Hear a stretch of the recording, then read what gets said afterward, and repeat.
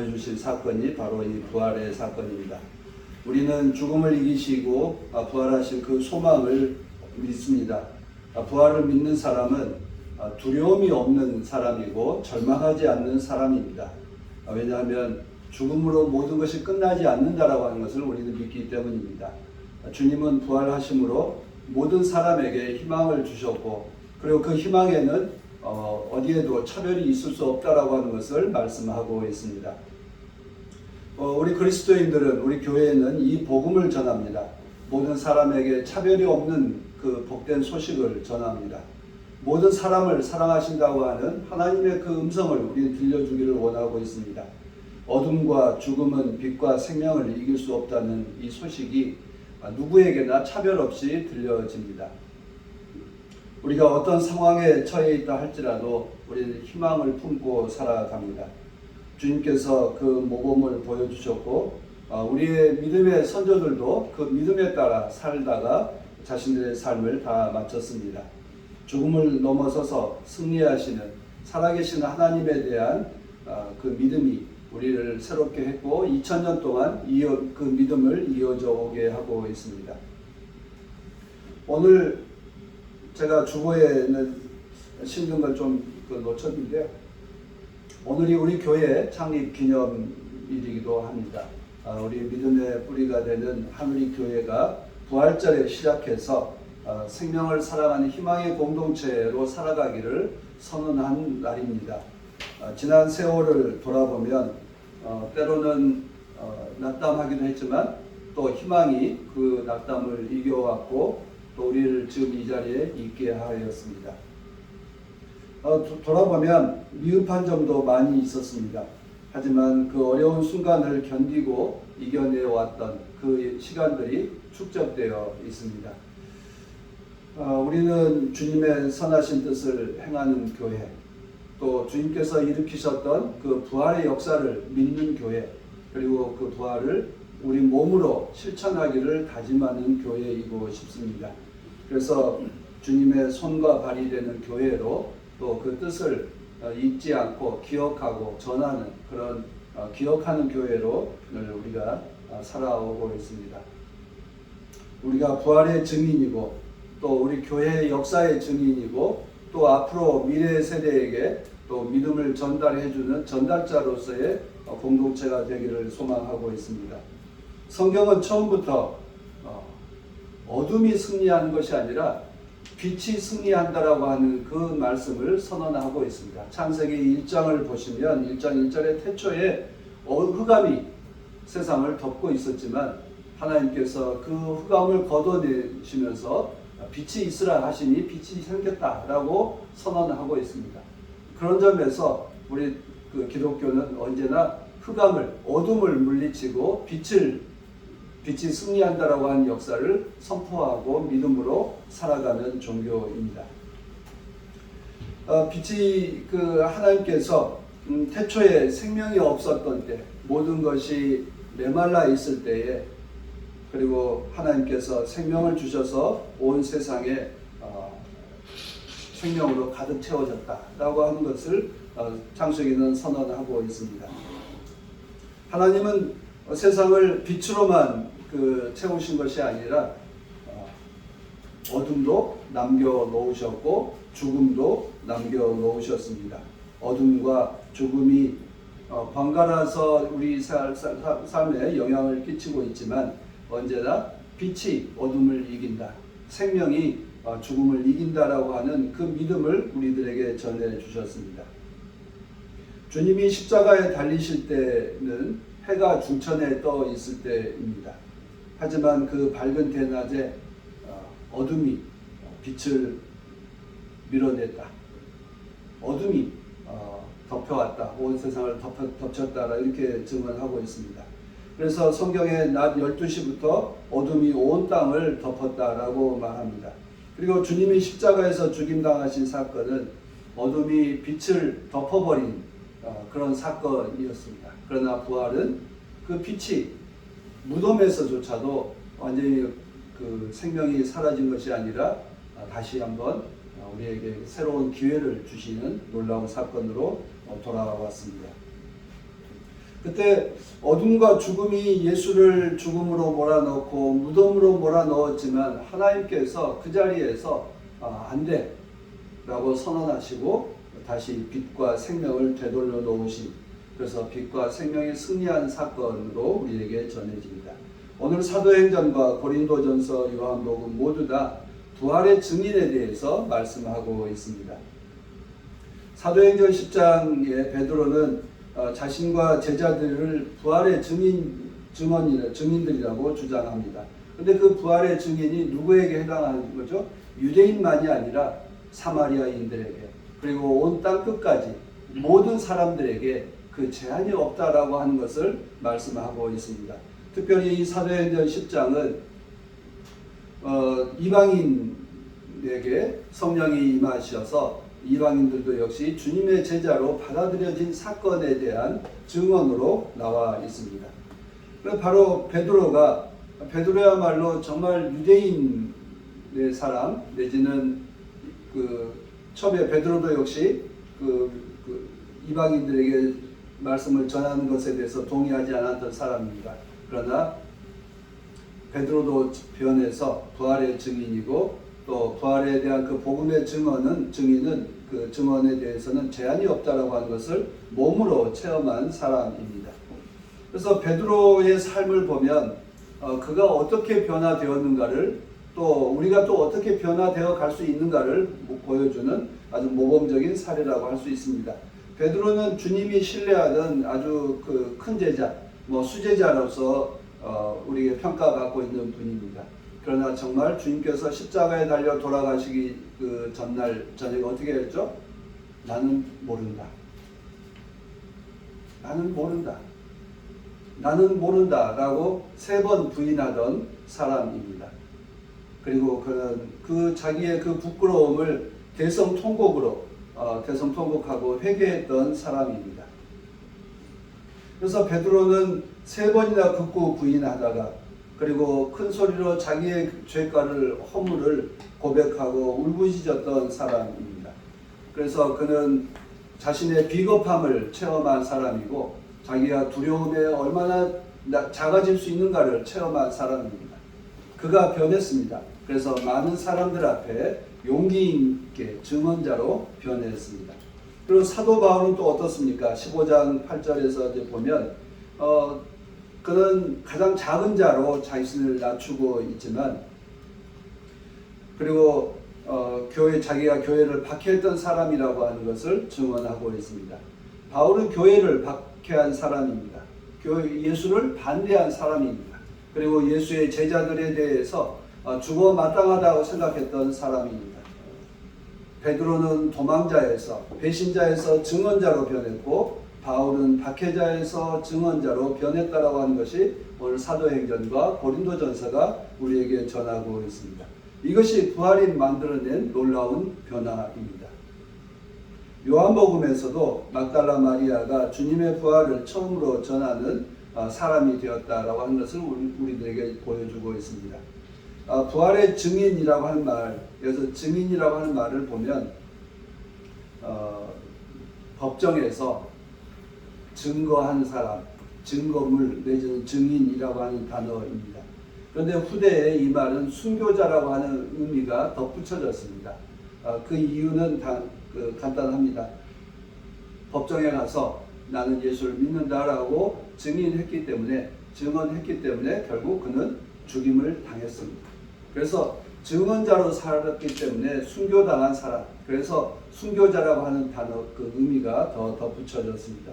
그래서 후대 초대교회 교우들은 부활의 증인이었고 곧 순교자였습니다. 결국 오늘 제가 드리는 말씀은 베드로나 바울이나 또 그리고 초대교회 교우들이나 모두 다 부활의 증인으로 살다가 순교자로 변화되었습니다. 베드로도 역시 마지막은 순교자였고 바울도 역시 순교자로 되었습니다.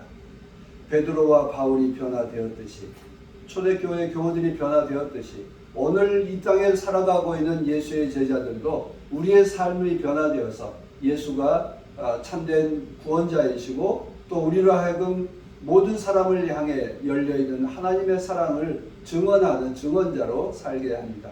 그리고 그 증언을 하다 박해를 당해도 우리는 박해 당하는 사람으로, 박해 당한 자로 살겠다라고 하는 다짐입니다. 오늘 우리 교회가 희망의 공동체로 살아가고자 다짐하는 그 날을 생각해 보면 우리는 정말 세상에 나아가서 희망을 전하고 있는가, 또 그리고 우리 스스로가 희망의 사람으로 그리고 우리를 거듭나고 변화시켜 가고 있는가를 되돌아보게 됩니다. 우리는 베드로가 나사렛 예수를 따라다니면서 주님이 하신 일을 듣고 또 깨닫고 했지만 가장 중요한 때에 포기하고 도망갔습니다. 그러나 부활을 체험하고 주님의 그 고난을 통해서 그는 증언자로 변화되었습니다. 모든 사람들을 우리도 역시 그 어떤 두려운 일 앞에서 움츠러들죠. 베드로처럼 피하게 되기도 합니다. 십자가에서 죽임당한 예수의 증언자로 산다라고 하는 것이 우리들에게 큰 두려움이기도 합니다. 부담스러운 일이기도 합니다. 그러나 그 부담과 두려움을 떨쳐낼 수 있는 건 바로 부활의 사건이 있기 때문입니다. 우리로 하여금 죽음조차도 우리를 막을 수 없다. 그것이 교회의 역사이다라고 하는 것을 말합니다. 최근에 한국 교회에서 차별 없는 하나님의 사랑을 전하다가 박해를 당하는 경우를 이제 보게 됩니다. 우리도 역시 그 차별 없는 주님의 사랑을 증언하고 또 그리고 증언했던 이유로 해서 우리가 고난을 당해도 그것을 잘 감당하겠다라고 다짐하고 있습니다. 정작 당한다면 또 어떻게 될지는 모르지만 우리도 역시 그 다짐을 늘 반복해서 우리 스스로에게 되뇌이고 있습니다. 사도 바울 역시 부활의 증인으로 살다가 수많은 고난을 당했고 그리고 그 고난 끝에 결국 로마에서 순교당했습니다. 부활의 증인으로 산다라고 하는 것은 결코 평탄한 길은 아닙니다. 그 평탄한 길이 아니기 때문에 오히려 우리는 부활의 증인으로 산다라고 하는 것이 어떤 의미인지를 늘 되새기게 됩니다. 지난주에 한번 그 종료주일에 주님의 복음을 읽었을 때 제가 말씀을 드렸는데요. 예수의 행진은 어디서 시작해서 어디로 간다고요? 동쪽에서 시작해서 성전을 지나 광장을 향하고 있습니다. 로마 군대의 입성 행렬은 서쪽에서 시작해서 동쪽을 향해 행진하고 있습니다. 결국 성전 앞에서 맞부딪혀서 그 결과는 예수의 십자가로 끝이 났습니다. 오늘 우리도 예수의 뒤를 따른다라고 하는 것은 바로 예수께서 가시고자 하셨던 그 행진에 참여하는 것입니다. 예수가 앞서서 따라가고 제자들은 그 뒤를 따르는 그 행진에 참여하는 것입니다. 예수의 행진은 죄인을 만드는 성전 체제와 또 사람들을 억압하고 있는 기존의 어떤 질서에 대해서 맞서서 모든 사람들에게 해방의 복음을 전하는 것입니다. 그것이 바로 예수의 행진이었고 우리가 따라가고 있는 예수의 행진의 그 목표점이 어디인지를 우리가 늘 인식해야 합니다. 교회는 사람들에게 생명의 복음을, 해방의 복음을 전하는 곳이지 죄인들을 만드는 곳이 아닙니다.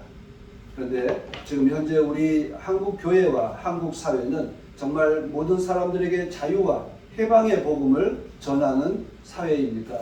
그 해방과 자유를 선포하는 교회입니까? 우리는 그 교회, 우리는 거기에 아니오라고 말하는 하나님의 그 부활의 증언자로 살기를 원합니다. 우리는 사회가 절망과 어둠을 전하지만 우리는 희망과 빛을 전하는 희망의 증언자로 살기를 원합니다. 어제 지난 금요일 날 성금요일 오후 3시에 저는 함께 예배를 드렸습니다. 그리스도인들은 성금요일 오후 3시가 어떤 시간인지를 잘 알고 계시리라고 생각합니다. 성금요일 오후 3시는 예수께서 숨을 거두신 바로 그 시각입니다. 그 시각에 한국교회협의회, 한국기독교교회 NCCK는 안산에서 생명안전공원 부지에서 그 세월호 참사 가족들과 함께 예배를 드렸습니다. 거기서 예배를 드린 까닭은 딱 하나입니다. 안산 지역의 교회들이 생명안전공원을 반대하고 또 그리고 비난하는 그 소통 통로가 되고 있어서 교회가 좀 그 일을 막아내는데 좀 함께 해달라고 한 요청이 있었고요. 그리고 특별히 이제 세월호 10주기를 맞이해서 세월호 가족들의 어떤 변화, 그리고 그에 대해서 한국 교회에 대해서 도움을 요청하고 있었습니다. 세월호 가족들이 요청한 건 하나였습니다. 지금까지 세월호 그 참사 10년 동안 그 많은 그 가족들이 교회를 한 250명, 250 정도 되는 가정에 약 70가정이 교회를 다녔습니다. 그리스도인들이었는데요. 지금은 교회를 다닌 사람이 거의 없습니다. 이유는 다 하나입니다. 여러분들 예상하신 대로 세월호 참사 가족들에게 대해서 매우 박전하게 했기 때문입니다. 우리 교회에 한번 그 초대받았던 창현 어머니, 그분이 교회에서 오랫동안 교회학교 교사로, 우리 흔히 아는 반사로 살아왔습니다. 또 다른 분은 교회 성가대로 살아왔습니다. 모두 다 교회를 나가지 못했습니다. 근데 그만하라고. 그것도 4월 달에 참사 일어나고 나서 5월 달부터 이제 그만하라고. 그리고 이제 그런 것을 몸으로 노란 리본이나 이런 걸 보여주지 말라고. 교회학교 교사가 그러면 안 된다고. 성가대 대원이 그러면 안 된다고 해서 결국 거절당했기 때문에 교회를 다닐 수가 없었다. 그분들이 지금 한 10명 정도 남아서 함께 예배드리는 공동체로 있습니다. 그런데 그 가족들의 증언이 그렇습니다. 자기들의 가장 큰 상처를 준 것은 교회였습니다. 그러나 또 그 힘들고 어려울 때 가장 힘이 되고 위로자가 되어줬던 분들도 교회였습니다. 안산 지역의 교회는 그들을 거부하고 박해했지만 외부에 있는 다른 그리스도인들이 찾아와서 위로하고 힘이 되어준 것에 대해서 너무나 고맙다고 이야기를 했습니다. 그러면서 교회가 그 자신들을 환영해주고 위로자가 되어주고 격려자가 되어줬던 것에 대해서 늘 뼈에 사무치게 감사한다라고 하는 표현을 했습니다. 그리고 지금도 역시 안산 지역에 있는 교회들이 여전히 반대하고 나서고 이제 그만하라고, 그리고 마치 그 생명안전공원을 만드는 그 부지를 반대하는 피켓팅을 하는데 거기서 가장 큰 교회, 안산 지역의 큰 교회의 그 권사님들이 이제 피켓 들고 와서 반대하고 있는 걸 정말 좀 어떻게 좀 막아달라고 하소연을 하는 대목이었습니다. 정말 교회에 속해 몸담고 있는 목사로서 또 그리스도인으로서 참 부끄러웠고요. 그리고 그 아픔을 우리가 어떻게 해서 그 위로자가 되고 치유자가 될 수 있을까 생각해 보면 우리가 할 수 있는 건 당신들과 함께 하겠습니다. 당신들을 기억합니다. 위로하고 싶습니다. 라고 하는 말을 끊임없이 하는 거라고 생각합니다. 그래서 우리가 부활의 증언자로 산다라고 하는 것은 같은 말을 수없이 반복하는 것이기도 하지만 또 그 말을 필요로 한 사람들이 있기 때문에 또 그 필요로 한 사람들을 찾아가서 위로하는 것이 아마 우리가 부활의 증언자로 살아가는 것이 아닌가 싶습니다. 그런데 놀라운 변화가 있습니다. 세월호 참사 그 피해자 가족 협의회가 말 그대로 피해자 가족입니다. 그런데 10년의 세월 동안 변화된 게 있습니다. 상처받은 치유자로, 세상에 이제 재난 참사를 겪는 이웃들에 대한 위로자로, 치유자로 살아가고 있다고 하는 점입니다. 피해자가 치유자가 되었고 위로받는 사람이 위로하는 사람으로 변화되어 가고 있다고 하는 점입니다. 저는 그것이 사람들이 변해가는 과정이라고 믿습니다. 이제 눈물을 흘리는 자에서 눈물을 닦아주는 자로, 그리고 참사의 피해를 겪지 않도록 이제는 안전사회를 만드는 치유자로 변화되었다는 점입니다.